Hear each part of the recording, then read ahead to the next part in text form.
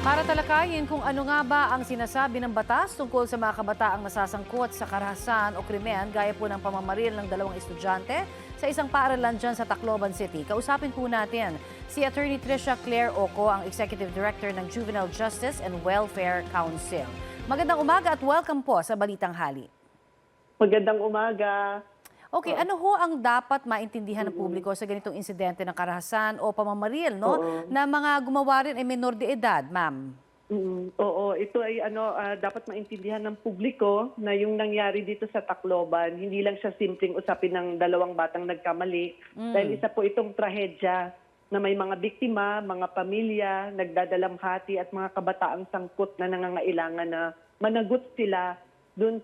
Pero aside from that, dapat meron ding masusing intervention sa kanila kasi hindi ito laban ng parusa versus rehabilitation dahil parehong mahalaga yon. Dapat may accountability sila pero dapat nare-rehabilitate din yung mga bata. At syempre dapat nasusuportahan yung mga pamilya na naapektuhan nito, lalo na yung mga biktima na nawalan o nasaktan dun sa pangyayari.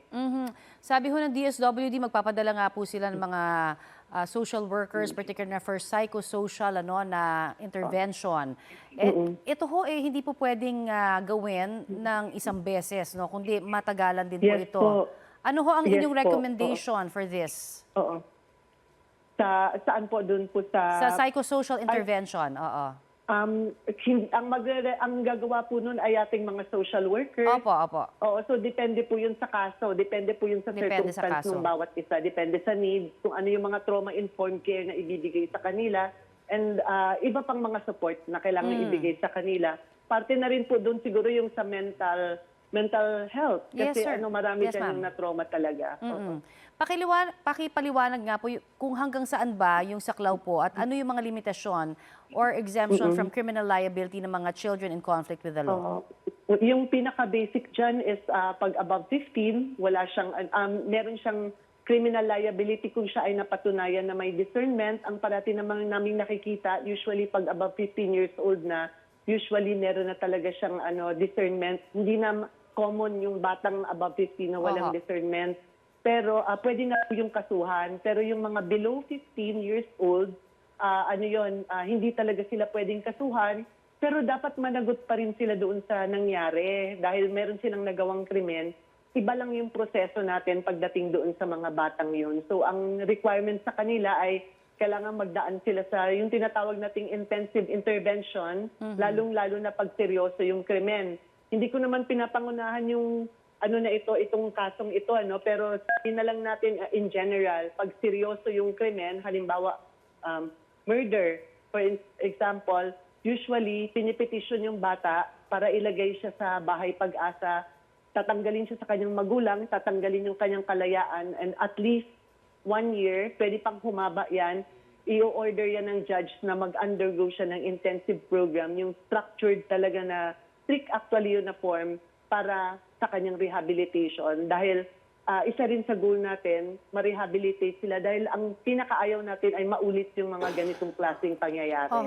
Pero may mga incidents po na hindi talaga nare-rehabilitate, at kumbaga, tumutungtong sila at the age of 18. So pag dumating po yung punto na yon, makukulong po sila kasama ng ibang mga kriminal na ganun po ba? Depende rin yun sa edad, ma'am. Kasi kung ang bata ay above 15 at pwedeng makasuhan, yun sila, pag hindi sila na-rehabilitate, hindi successful yung rehabilitation nila, sila yung pwedeng makulong pagdating ng 18 years old or over. Pero sa mga batang below 15, talagang wala silang criminal liability. Okay. Ano ho ba ang posisyon ninyo dun sa mga mungkahi para ibabaho yung edad ang criminal responsibility or liability to 10 years old, Oo. Sa ngayon, consistent naman yung JJWC na kung as much as possible, wag pa rin nating pababain yung edad, kundi tingnan natin yung mga drivers of violence, bakit pa nila ito nagawa. Kasi ang nakita natin sa pagsiyasat, pag-aaral, hindi talaga yun yung parang it doesn't follow na pag pinababa mo, hindi na siya gagawin ng mga bata. In fact, pag tinignan mo sa ibang jurisdictions, halimbawa sa US na mas strict yung laws nila doon, mataas pa rin ang incidence ng school shooting. In fact, doon, hindi lang siya mababang criminal responsibility sa ibang estado, yung iba allowed pa na i-try sila as an adult kung grave or serious yung crime. So tingnan natin yung talagang ano ba yung cause or drivers ng violence, bakit ito ginagawa ng bata. Dahil usually, hindi lang yan iisang rason. Opo, pero yung nabanggit niyo ho na drivers, ano mga nakikita natin ngayon? Bakit dumarami ho yung mga karahasan sa eskwelahan? Ano yan, syempre mag-uumpisa tayo doon sa kanyang pamilya, sa kanyang komunidad, yung exposure niya sa violence. Minsan din nakaranas sila ng violence. Ano rin dyan, malaking factor yung peers. Yung dito sabi, meron daw ding aspect ng bullying. Pero hindi mo yan pwedeng sabihin, ito lang ang dahilan. Kundi usually combination yan ng maraming factor. What about Minsan, sa social media or sa mga games na nilalaro online? Minsan, part din yun. Kasi minsan, ang nangyayari, lalo na ngayon, yung mga bata exposed sila sa social media na normalize yung violence.